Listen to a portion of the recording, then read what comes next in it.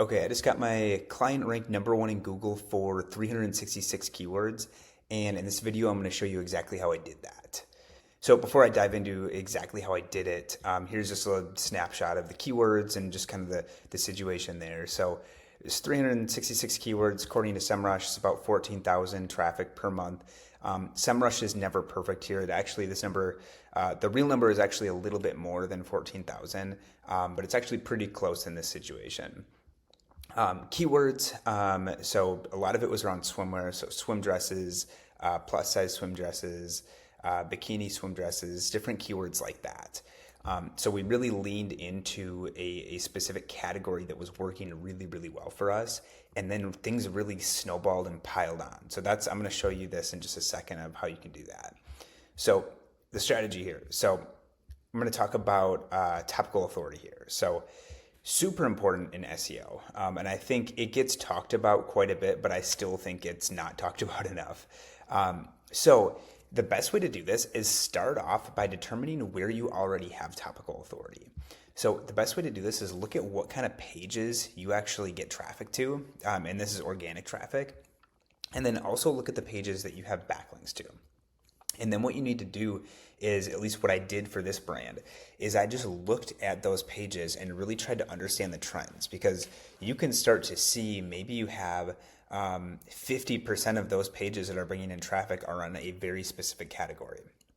And if you see that, you know that Google is looking at your site as having a good amount of topical authority in that area.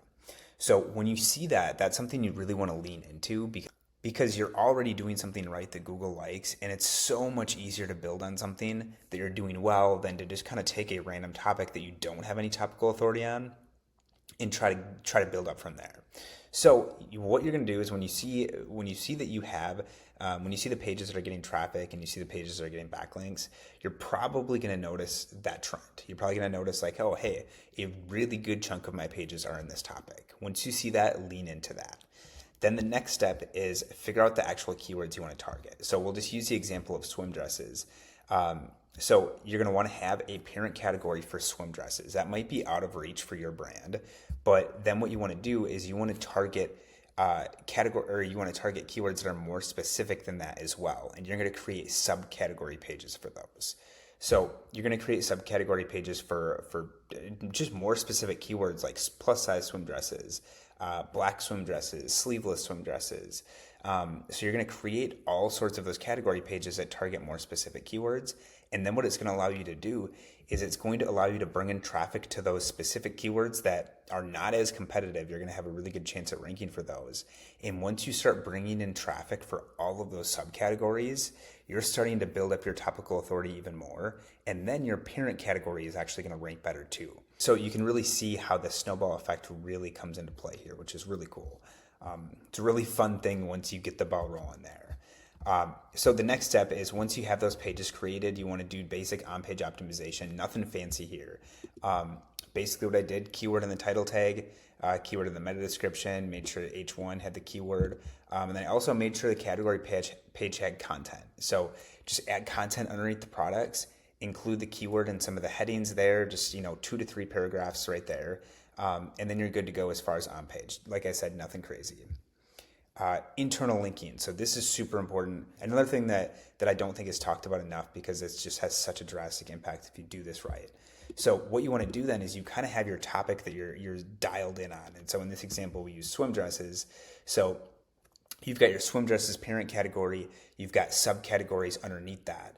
What you want to do then is, within the category content on the parent category, so the swim dresses page, you want to internally link to the subcategory pages. You want to internally link to the plus size swim dresses, the black swim dresses, the sleeveless swim dresses, all of those subcategories. And then what you want to do is, from the subcategory page, you want to link to the parent category. So on your sleeveless swim dresses page, you want to link back to the regular swim dresses page. And then you also want to link out to other subcategories. So if we're talking the black swim dresses page, for example, you could just include something in there like, hey, check out our other colors. We've got white swim dresses, red swim dresses, and link out to the other ones too. So From the subcategory, you're linking back to the parent category and other subcategories. So super important, make sure you do this because it helps build the topical authority and it helps just pass authority through to all the other pages too. So really important there. And then backlinks, you just want to build as many backlinks as you can. And obviously you want to focus on quality over quantity. You're not just looking for links on any website you can get a link from. Just build really, really good links to your homepage and build good links to your category pages. You're trying to get featured on like top fashion publications. Most of those links are going to drive to your homepage, which is really good for authority. But then you're going to want to get a little bit more relevant, probably not going to be as big of sites for the links you're driving to category pages, but you're still going to want to make sure the specific blog or publication is relevant to the category that you're linking to. And you want to make sure that they are actually ranking for keywords in the space too. So you just want to make sure the relevance is there, because if it's not, the link just isn't going to help you that much. So I hope this is helpful. This is the exact flow that I use to help this client rank number 1 for 366 keywords. So go ahead and try this out for your brand, and I'm sure you're going to see some sweet results from this.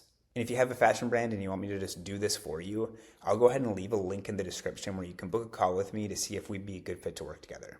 Thank you so much for watching, and I'll see you in the next one.